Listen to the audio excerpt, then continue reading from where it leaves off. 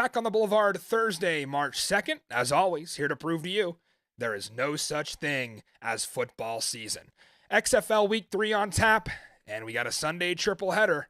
And what does that mean, America? Well, for the first time since January, we have a 10-hour shift to put in on the couch with football.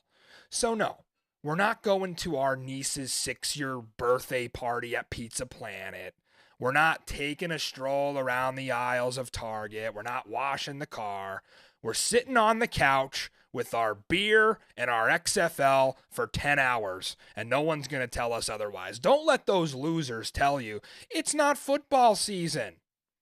Let them have their overpriced lunch at Cheesecake Factory with their raspberry iced tea. We're going to have football. Jordan Ta'amu versus A.J. McCarron, and we wouldn't have it any other way. Matty Fresh here with you tonight. As always, sitting to my southeast, a man who hopes he won't lose another head-to-head bet like he did in week 1, which caused him to have a plunger placed on his head. Chris Zook, welcome in. I heard you and Mikey Manziel, the other party in this head-to-head Vegas-Seattle matchup this week, have reached an agreement. Ooh. No beards. Not Mike with the excuses again. Unacceptable. I'm sure he'll give the same excuses if the Orlando Guardians call. They do need a QB3. I was on Twitter, and I was telling the Orlando Guardians, please offer Mikey Manziel a tryout so that he doesn't have to come on our show and give losing wagers.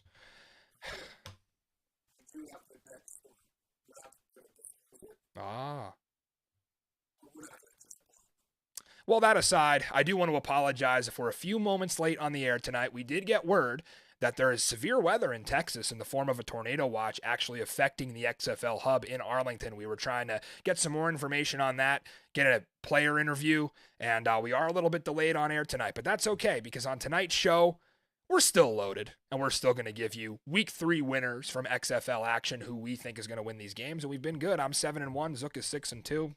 No thoughts on Mike's record, but again, we're here to give you winners. That's our job. We want you to get a PS5 in May, and by doing that, you're going to have to go 4 for 4. So hopefully we tail, and you can hop on the train of Springball Boulevard here, take a ride with us, and get that PS5 in May.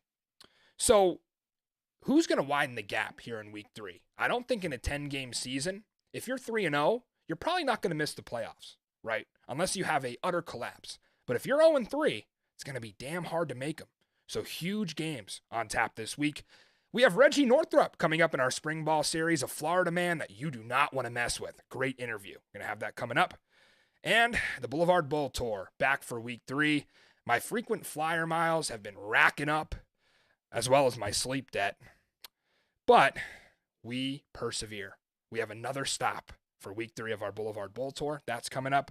And more best bets for you, because it wouldn't be Springball Boulevard without giving you winners and making you money. Remember, the more you know.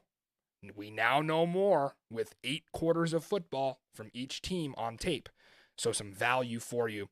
As always, drop us a like, subscribe to the channel, and enter our PS5 Pick'em. That link is live in the description. Taking a look at our XFL standings. If you're on podcast, St. Louis and D.C. tied at 2-0, top of the North Division. Las Vegas and Seattle 0-2. In the XFL South, Houston at the top 2-0. Arlington and San Antonio tied at 1-1. And the Orlando Guardians, who again are looking for that QB3 now, at 0-2. So, like I said, who will widen that gap in Week 3? Well, let's talk about games. A Saturday standalone game, the Seattle Sea Dragons and the Vegas Vipers. Seattle, that line moving a little bit. We open up at 3. We now cross the field goal at 3.5.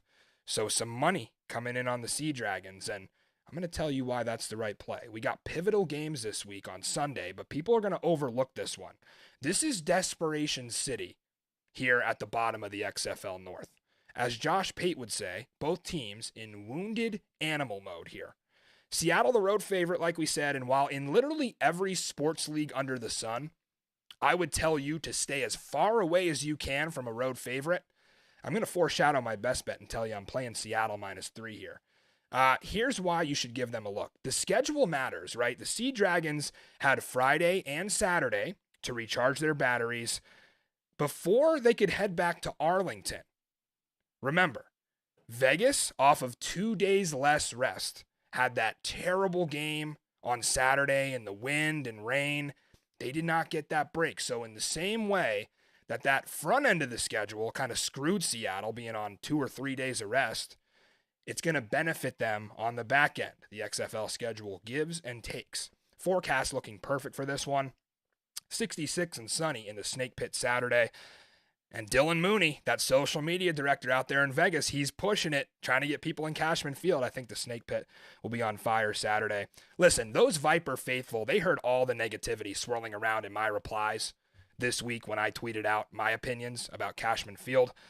They tried telling you folks that you weren't good enough for an XFL team. They said, your stadium sucks. Your field sucks. You don't belong here. They said that you should be relocated to San Diego, that you should be relocated to Oklahoma City, or even worse, Columbus, Ohio. Playing outside in Columbus, Ohio in February. That's our solution for field conditions being poor. Take from it what you will. The Snake Pit will not quit. They will do their best to get in the win column this week, but it's not going to come down to them, guys. This boils down to the Seattle offense against the Vegas defense.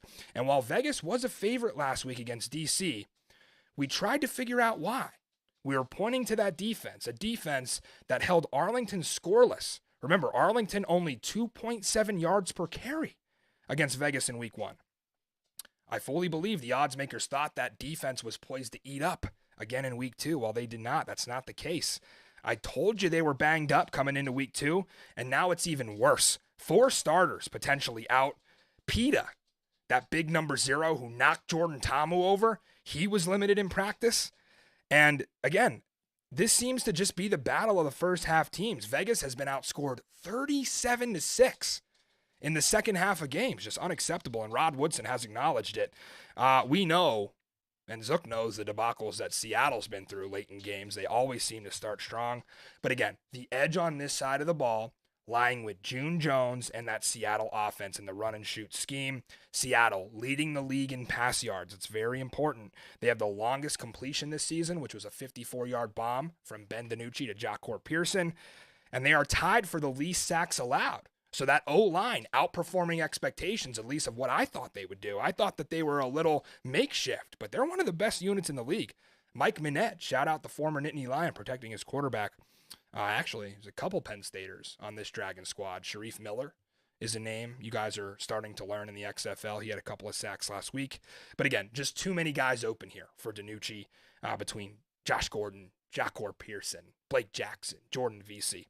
Vegas hasn't seen this kind of spread offense yet that can throw it around, and that'll be trouble. Flipping over to the other side of the ball, Vegas Vipers still dead last in the league in rushing, even in a week where you had to lean on the run because of the weather conditions. 115 yards in 2 games. Just unacceptable for Dwayne Taylor. 2 first downs on the ground.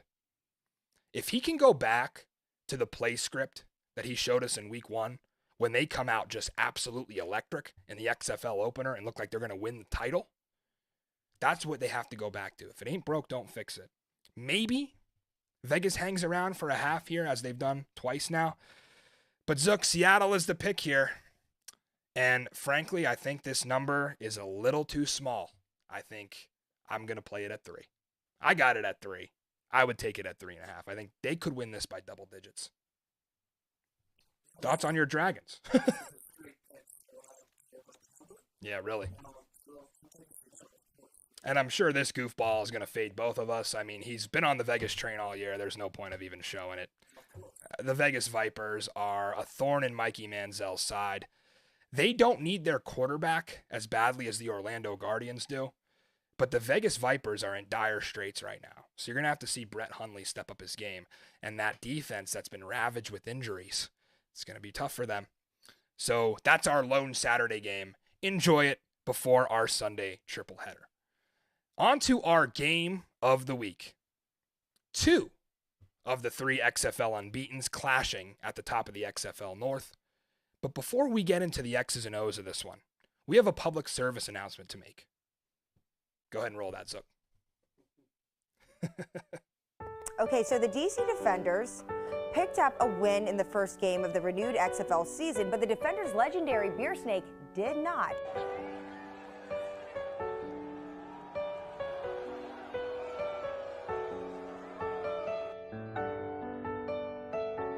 As the Lemons are coming on the field.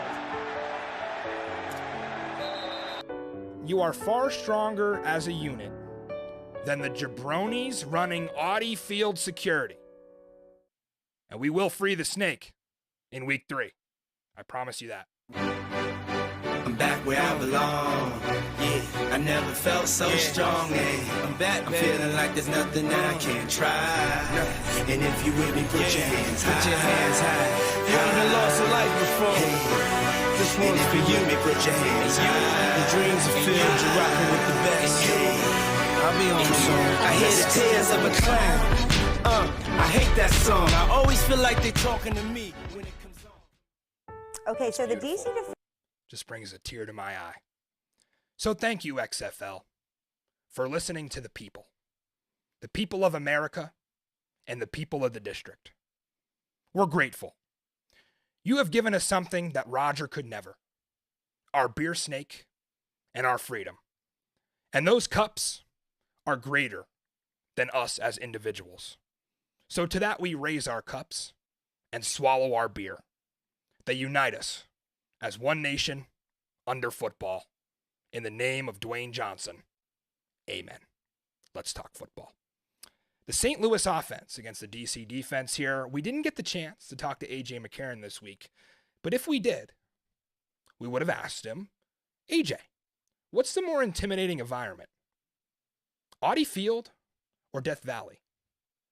And I think you know the answer. Before you jump to conclusions and tell me Death Valley, the greatest atmosphere in college football, show me a starting left tackle for an opposing team in Death Valley or anywhere in the SEC that was getting pelted with lemons during the game.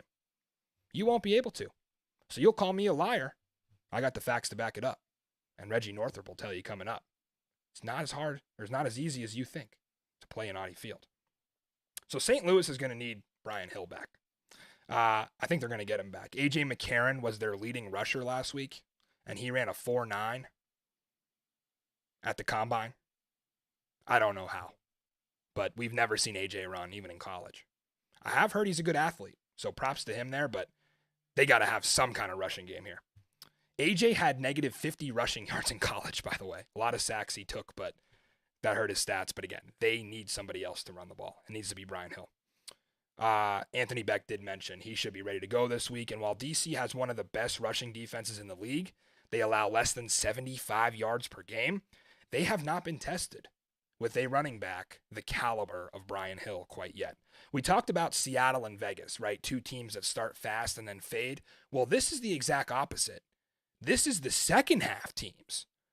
So we might have a 0-0 first half. What are we going to get in the second half here? I think you're going to need at least a 20 spot on A.J. McCarron and his buddy Austin Prohl just to be safe. And I'm not sure if we can get a prop bet anywhere, but I think laying a max play on St. Louis to finally turn that damn ball over would be a safe bet. No turnovers through 2 games. It's exceptional. The protection they've been able to have. I'd love to see Reggie Northrup just put a lick on McCarron and force a fumble here like he did Luis Perez. Marcel Aitman has been a little quiet. 5 catches for 68 yards for the first-round pick. I think he's been a little banged up with a hamstring. It's going to be tough sledding against a really good defender secondary. The pick sixes have become a staple at Audi Field going back to even 2020. So flipping sides of the ball, DC offense versus the St. Louis defense. What a spot, guys, for Jordan Ta'amu here. Remember, he will not forget the final game of XFL 2020. You all remember Matt Jones, the St. Louis running back, stuffed on that 4th and 1 play to secure the DC win over JT's Battlehawks. And that ended up clinching the East for the defenders. I know, 3-way tie atop the division. DC beat St. Louis and New York. Unofficial East champions in 2020. So if you can't beat them, join them, Jordan. It's that simple. He's poised to have his best game. St. Louis has given up 200 passing yards in both of their games, and St. Louis looking like they'll finally get Travis Feeney back, though, which is huge. He was out with a concussion. He wreaked havoc on the Brahmas offensive line week 1. He's going to probably have to play immediately here. And then Bruno Reagan, another signing for DC. Again, offensive line a question. We saw Cody Conway, the starting left tackle, go down.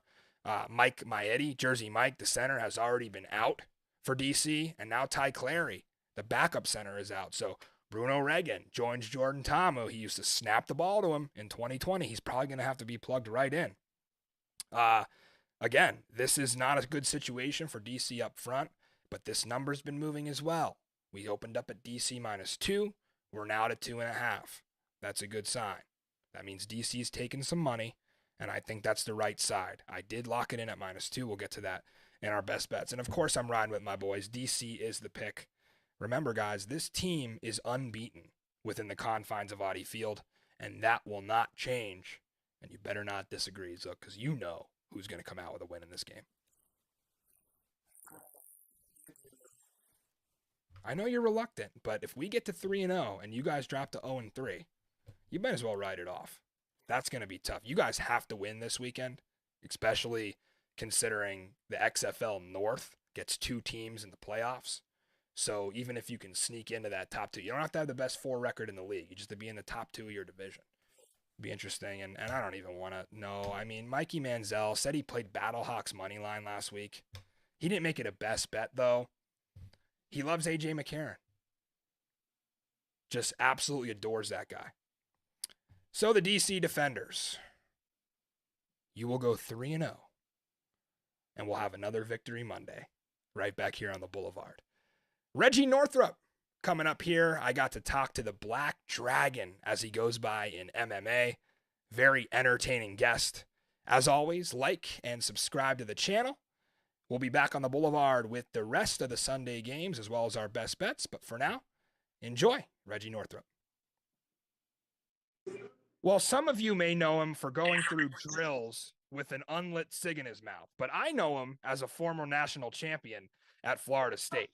He is undefeated as a mixed martial artist and undefeated as a DC defender. Reggie Northrup joining us tonight from Arlington. Reggie, what's going on, man? Hey, how's it going, man? How you doing? Good, good. Thanks for joining us. Before we start here, I got to ask you, who's the tougher Reggie, you or Barlow? Oh, man, I don't know, man. I think Barlow got it, man. Oh, man. I guess you have to say that. He did say before the season that he was going to down a beer after a win and put it on the snake. Would you join Reggie Barlow in doing that? Can you give us that commitment? Yeah, for sure. I did see you with the Lost Laws Pilsner in the locker room earlier. Oh, yeah. Is it a good beer? How is it? Yeah. But I'm not really good about it. I don't even drink, and I'm not even a beer drinker. So, hey, man. It was beery. Victory's a victory. It was beery. I'll tell you that. So back home at Audi Field this week, tell our viewers why the DC Defenders have the best fans in the XFL. Oh, man, you got the best fans, man. They just so turned up. And they rowdy, you know, and they gritty and rowdy, man. They talk trash to our opponents. You know, they boost us up. They uplift us when we in tough moments and stuff, you know. It was real crazy, man. That first game, man, I felt their energy. It was just wild, like being out there on that field. We got them backed up, you know what I'm saying, on their 10, you know. Got the whole section right behind them, throwing lemons, you know, stalling the game out a little bit more, you know. So that was like an extra timeout, but it was crazy. I was going to say, I'm sure you've seen some crazy environments in college, but that was probably a whole different ball game. It just looked different on TV as well, so. Yeah, I mean, I've seen way bigger, crazier crowds, but yeah, as far as like the personality and the character and the rowdiness, man, yeah, they awesome. They feel like you would think it's 100,000 people at that game, you know. That's awesome. So let's talk a little bit about you. Obviously, you see a lot of these guys who are dual sport athletes in football. Maybe they play baseball, maybe they run track, basketball, whatever. I think I've seen some in WWE. Why MMA for you? Oh, man, Man, I've been involved in the martial arts world for a little while, man, a long while. My dad, he's a third degree, fourth degree black belt, Aikido, Taekwondo. Um, he also is a brown belt in Brazilian Jiu-Jitsu now. You know, he's 58. Um, so I always kind of been around that. High school, I wrestled with the state twice. Then I transitioned, and I just played football my whole life mainly. But then I was with the Rams for a while, and then during the off season, I would go train at this Muay Thai gym, and that's when I really started really getting into it, working on my striking and stuff. And then, long story short, back playing football, 2020 came when we was in the XFL. Then everything kind of slowed down, the whole world shut down, and I always was interested in MMA. I always said that I would, give it a go, once I was done playing football, but. That opportunity came in 2020. Everything was slow. MMA was the only sport that was still thriving. So, and I always was interested in it, and I was really familiar with it. So I gave it a go. I went and trained for 4 months before actually like 5, before my first fight. It was an amateur fight, and I went out there, and I turned out to be a natural. I beat the dude in like first round in like a minute and 10 seconds. And it was cool. It was in front of my hometown.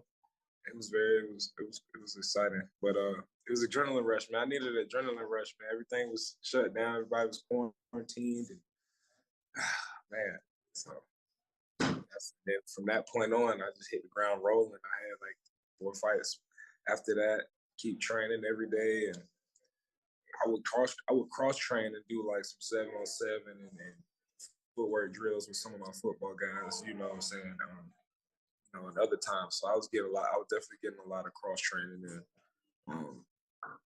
So I figured I was able to do both, man. I still feel good, physically as a football player.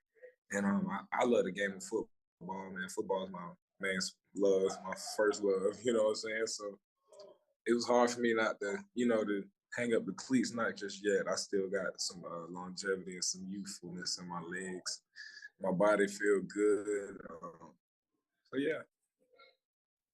When you're out there practicing or in training camp, obviously you've been all over the place in your football journey. Do you feel like being a trained MMA fighter puts kind of a target on your back where guys know about that coming in and they just want to kind of like out tough you or be a tough guy and show that they can go toe to toe with you? Actually, man, it's funny you say that, man. It's actually been the quite opposite.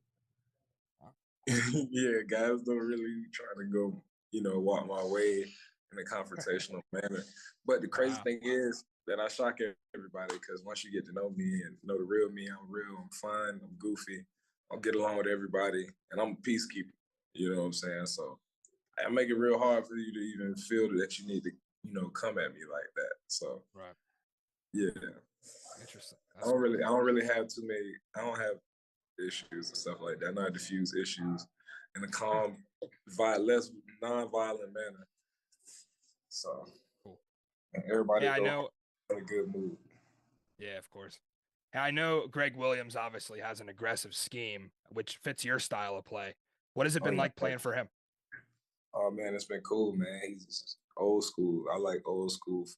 I like old school football players, and he's old. His style of coaching is very old school, but it's needed, man. I feel like in today's game, man, the game got soft, but having Greg as a coach, man, really like it's refreshing knowing that still guys that know real football, understand how guys should be on that field, especially how guys should be on the field on defense.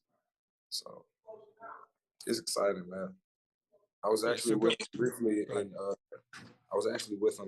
back in 2016 with the Rams. I was on Peace Squad, and he was there with that last staff right before they hired McVay. Right. Yeah, he's been all over the place. Talking a little bit about this week, heading into the matchup with the Battlehawks. Obviously, both teams 2-0. Do you know if you guys have to fly on the same plane as St. Louis tomorrow or Saturday or whenever you're going? Oh yeah, we're going to DC. We coming home, baby. And oh yeah, we on that plane. We share planes with the teams that we fly with. Last week, you know what I'm saying, you heard the DC Defender Symphony on that plane. You know, it was real turned up. We had our speakers going, and the Vipers had to listen to that whole flight back. Well, half the flight back. Everybody went to sleep. We was tired, but you know, we ain't gonna hear us. We turned up. I was gonna say, man, if you didn't hate losing yet, you're gonna hate losing in this league. I mean, your guys aren't gonna lose, but the opposing teams are not gonna be happy about that. That's crazy. They're gonna hate flying with us. You gonna get some music, some singing. Oh yeah, we singing everything. Do you guys share a practice facility with them as well? Yeah, we do. It's crazy. Okay. Is there any advantage you think playing them, sharing their facility, and kind of seeing them a little more often versus maybe playing the other 7 teams in the league? No, they just another team. We seen what we seen on the film, and we gonna go out there and execute to the fullest extent and impose our will on their team. Just like we plan on doing every other team that we come in front of. So we got our game plan and we know what we gonna do. So it won't even really matter what they got going on over there. You know, we DC defenders, we shutting it down, especially the defense. And we know the offense going, you know, from our juices, and the whole team's gonna be deadly. That's just how it's gonna go. Yeah, I thought it was a cool detail. The quarterback you're going against this week, AJ McCarron, won a national title in 2012, actually 2011 as well. And then you came with Florida State right after that and won one. So for college football fans watching this game, they're going to recognize some names. I know that Florida State was obviously a huge opportunity for you. What do you think about your Seminoles and the state of the program right now? Oh, yeah, man. Awesome, man. It's refreshing to see them boys back in the winning side, the winning column. They got 10-plus wins this past season.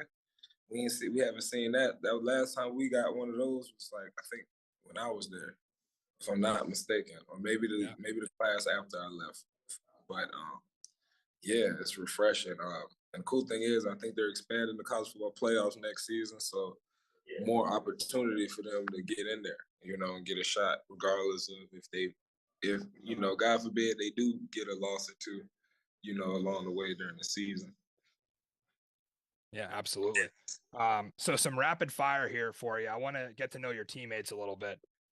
Best trash talker on the DC Defenders. Ooh, best trash talker. Ooh, Greg Williams. That's a great answer. Fastest guy on offense. Fastest guy on offense. That's a good one. We got some pretty fast receivers. Oh man, that's a tough one. We got a lot of fast guys on there. I'll say Lucky Jackson. Who lifts the most? I would probably be in there, but not really. Maybe one of the linemen. Yeah. Maybe one of the linemen. That might be me. Yeah. I assume in my own time. Shoot, I just went to a boxing camp last night. Yeah. Did a boxing class just to get a sweat in. So who I guess a lineman as well. Who do you know who eats the most on the team? Ooh. Santos. Oh wow, not a lineman. That's funny. Santos. There you go. Every time I see Santos, he's stuffing his face on the bus on the way to meetings and practice. Gotta eat. Who's the funniest guy on the team? I don't know, man. We got a lot of funny guys. We probably got the funniest team in the league. I got that vibe when I was in Vegas for the game, and I got that vibe on the sideline that you guys like to have some fun. So we got about 5 solid funny guys. We got about 5 solid guys on the we got about 5 solid guys on the team that's like really funny. I know I'm one of them. If you're doing like an Oklahoma drill and you can take anybody from DC one-on-one, who are you taking? What you mean? I can take somebody for one-on-one? Just like someone that would raise your level of competition, or someone who's always at you at practice, kind of pushing you to do better. And Armstead. Yeah. Raquel. All right, that's a good one. All right, Reggie. Well, thank you for your time. Stay safe down there in the weather. DC Defenders, St. Louis Battlehawks coming up on Sunday. That is the Black Dragon, Reggie Northrup. Thanks for your time, Reggie. Appreciate it, man. Y'all check me out. Instagram. Follow me on Instagram, Reggie Northrup. Check out my highlights. And maybe, I'm a future light heavyweight champion of UFC coming up soon too. No. So y'all remember that. Write this down. You got it. Thanks, Reggie. Appreciate it, man. Take it easy. Man, gotta love Cinco. Reggie Northrup joining Springball Series on the Boulevard. I can't get over that. The same plane. That is where the cameras need to be. They need to be following each team onto the plane. They need to get those raw reactions. And if they're blasting speakers and partying with music and all that, we need to see that. I've seen a lot in these Player 54 documentaries. We need to see those post-game flights, Zook. Yeah. Oh, here we go. Varsity bait. Had to give himself a plug here. Yeah.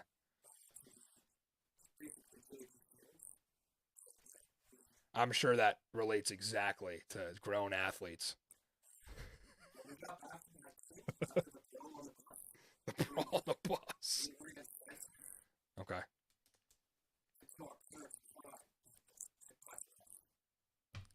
Chris Zook, aspiring professional athlete. We've now got 2 of them on Springball Boulevard. I'll be realistic here. Anyway, we got games to talk about. We got more Sunday action, Orlando and Arlington.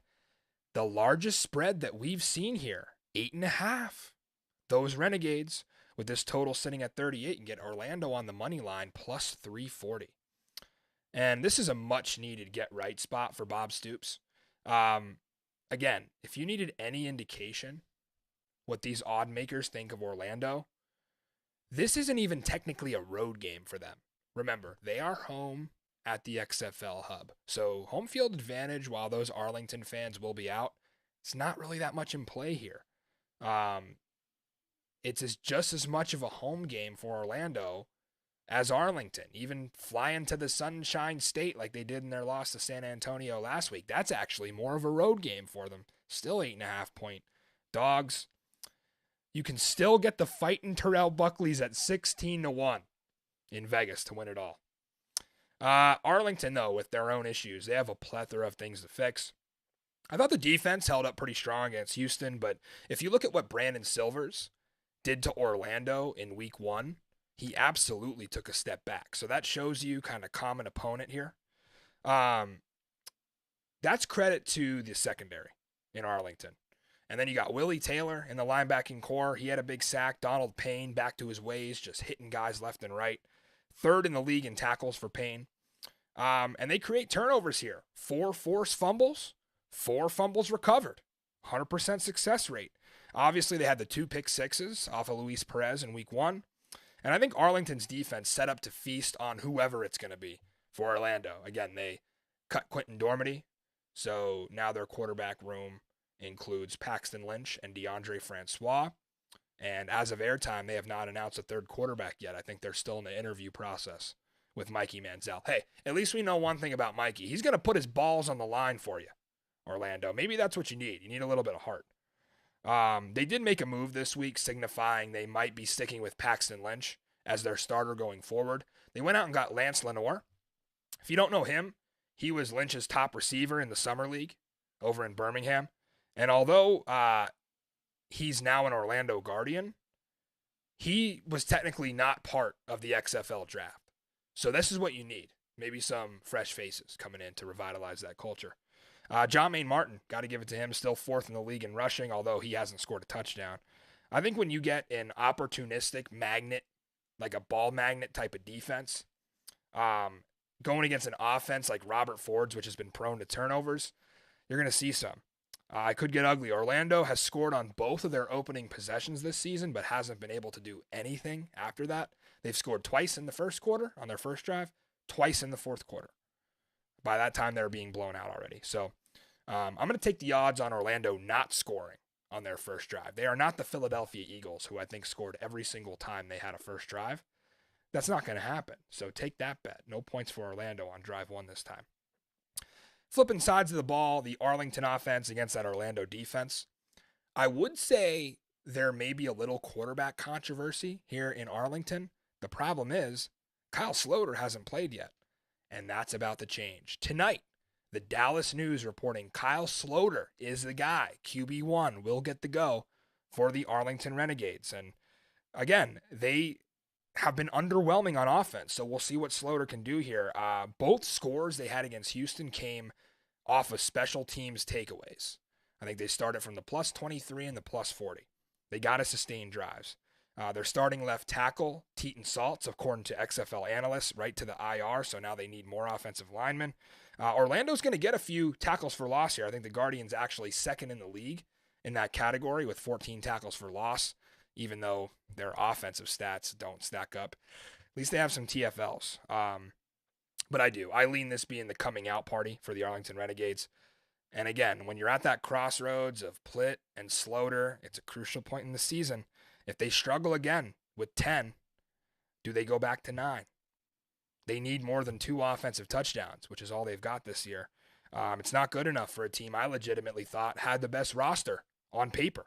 So you got to go out and execute. Lean on Keith Ford. Lean on Davion Smith and Adrian Killens. Your running backs are good, and you got to get a 100-yard rusher and use that balanced spread attack. You got good receivers. Canella, Smallwood, Tyler Vaughns. We saw Lawan Winningham break out. Spread it around to those guys, you know. Tyler Vaughns and Nate Becker. Nate Becker is a great tight end. He can be used. He scored a touchdown last week. But it starts up front. Cameron Hunt and Garrett McGinn have to be better anchoring that offensive line. They were great in Birmingham last year, and I think they'll be good here on Sunday. Arlington is the pick, and I do lean the Baby Blues covering at home. Zook, who you got? Well, I mean, even Mikey, right? Well, he's not allowed to pick a team that he might end up being on, because I think that's a conflict of interest. But he's going to even go Renegade. So any chances of Mikey Manziel signing with the Orlando Guardians have just evaporated. And then we got the lone game on ESPN this weekend. The San Antonio Brahmas and the Houston Roughnecks. Houston, the 3.5-point favorite here. This line moving in a different direction. Opened up at 4.5, Houston. Trickling down. Now to 3.5, moved almost a point. That total moving around as well. Get San Antonio plus 160 on the money line. The unblemished Fighting AJ Smiths. Remember, there's only 3 members of XFL 2020 who are back in 23 to preserve that Houston undefeated record. That's who? AJ Smith, Hendy, the safety, and Nick Colley. There may be an assistant coach, but I think that's really it. So Wade Phillips and Brian Stewart have both been home run ads to this operation in Houston, and the defense is really the class of the league. I think when you look at the Brahmas offense against the Houston defense, I fear the Brahmas don't match up very well here, and that's why I'm a little confused about this number. I would have made this Houston -6, and I know that's a lot, but I don't see the matchup here. I think San Antonio had some issues protecting against St. Louis. Jack Cohn wasn't able to stand up very well after that game. And that's only going to get worse when you have Tim Ward and Trent Harris for Houston just blitzing the passer, and Wade Phillips at 3-4 defense coordinated by Brian Stewart. That's been nasty all year. They lead the league in sacks and TFLs, and it's really not close. Tavante Beckett and Emmanuel Ellerby, both in that linebacker group, they were both limited in practice this week, so keep an eye on that. But again, I think it's pretty simple for Jamie Elizondo here. You're not going to have the time to throw like Jack Cohn did against Orlando. You know that. They're going to blitz. So what do?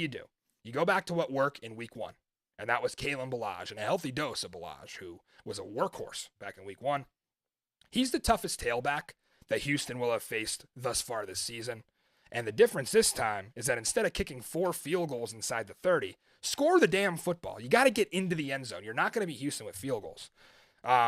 Things get a little too crazy down the stretch in this league, especially to be kicking a bunch of field goals. We saw what happened to San Antonio in week 1. So to me, you look at the common opponent. We know San Antonio's taken some money from 4.5 to 3.5. Houston gained 337 yards against Orlando. San Antonio, just 210. Flip sides of the ball. Houston gave up 303 yards to the Orlando Guardians. San Antonio holding them to almost half that, 175. But again, the scores of those games were essentially the same. But that Brahmas front is going to push you around on defense, and this is why you need more Cole McDonald. Give Cole a roll. Give Cole a roll. Print it on a t-shirt. You need somebody that's going to be able to escape this Brahmas rush. I expect to see 14 early and often. They're going to continue to work him into the offense, right? A.J. Smith's not stupid. He knows he's a valuable asset and probably going to take over as a starting quarterback one day. I don't think Houston, honestly, has that big of a home field advantage. I was a little disappointed because they had 12,000 come out when it was like 35 and windy and a little bit of rain week 1. And then in week 2, 75 and clear. I figured against your rival in Arlington, the Texas Throwdown, I figured at least 18K. No, they had 11. They had less. So not too sure what's going on there. It comes down to marketing. You see the DC and St. Louis marketing and us fans from those teams carrying this league with the most engagement. San Antonio has great potential. They just have to find somebody to run event and business operations as Mike Sheehan was let go. But again, you know me. I've been very, very positive beating this XFL drum. The social media from the Roughnecks, by the way, has been exceptional. Great content coming from that side. But I think the marketing and the PR may have been a little lacking for Houston. We've been able to establish really good connections with most of the league. In fact, I'd say about 90%, but haven't got a call back from Houston yet. So if you're a Houston Roughnecks fan, don't get on me. We'd love to have your players. We'd love to feature your stories. We just got to get a call back. So hopefully we can stop on the tour there and clean that up. But I think Houston could do a little bit better marketing here. Until that changes, we'll do our absolute best. And that's not why I dropped you guys to number 2 in the poll, I promise. I had a good reason. Back to this one. Again, offense kind of limped through the Arlington game, I think, for Houston. They're going to bounce back here. Brandon Silvers was 14 of 28 for 173 yards in week 2. That, to me, is not an air raid offense. So he's going to top that, and that's why I'm ultimately going Houston, as I have for both picks this year. And Zook, you like Houston as well. We were talking about it before the show. I assume you're going with the favorite. Yep.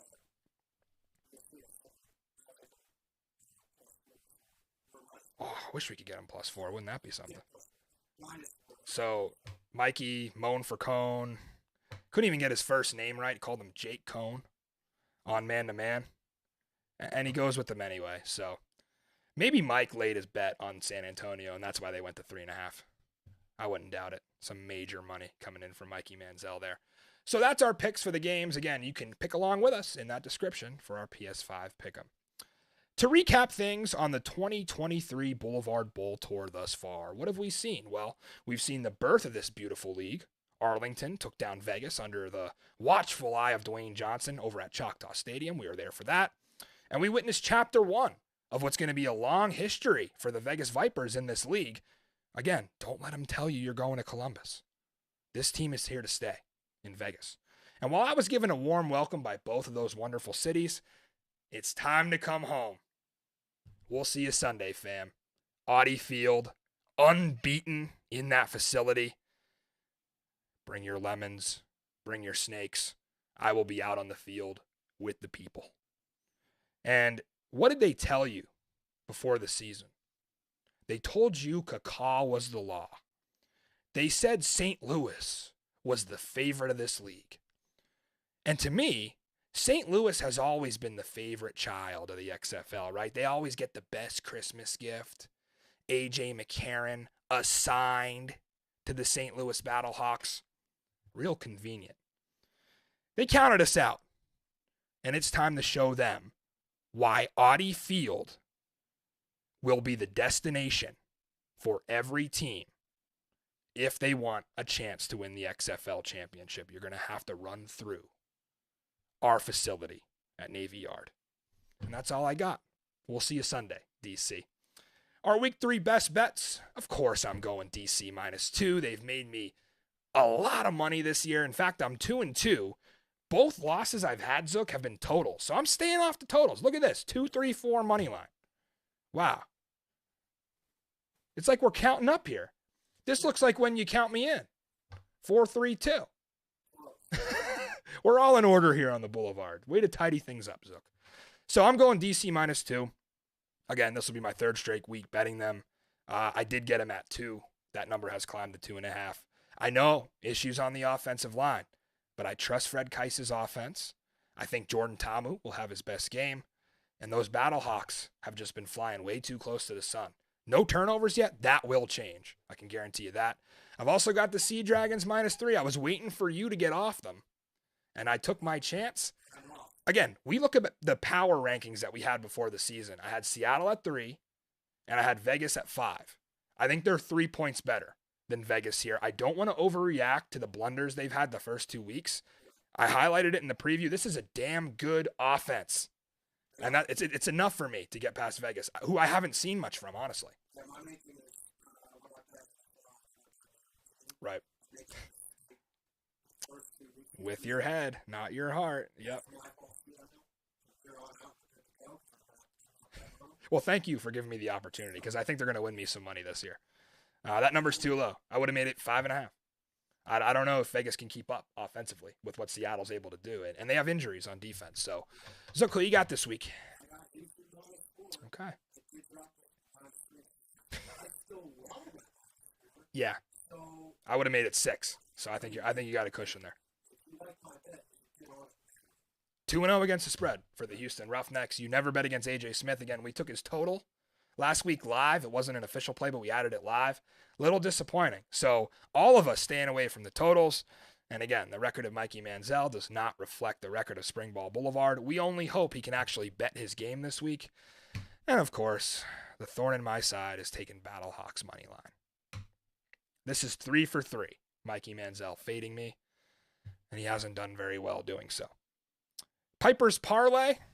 Are we doing one this week? Of course we are. Plus 600. We like Seattle -3.5. Renegades -8.5 with Kyle Sloter now starting. We added that late. And we got Houston -3.5, so we got the hook there on our side, where we lost it with Seattle. That's going to give you plus 600. Most books that you get it on. A little 3-legger Piper Hitter Parlay week 1. As always, pip pip. Parlay. Let's hit another one. Well, thank you guys for riding down the Boulevard with us tonight. Again, week 3 of our PS5 Pick'em is live in the description. A 4 for 4 week gets you an entry, so get them in, get picking. The XFL video game coming quicker than you think. You're going to want a PS5 for that. For Chris Zook and Mikey Manziel trying to climb out of the 0-2 crew this week, I am the 2-0, looking to be 3-0, Matty Fresh. Remember, there is no such thing as football season. We'll see you guys Monday.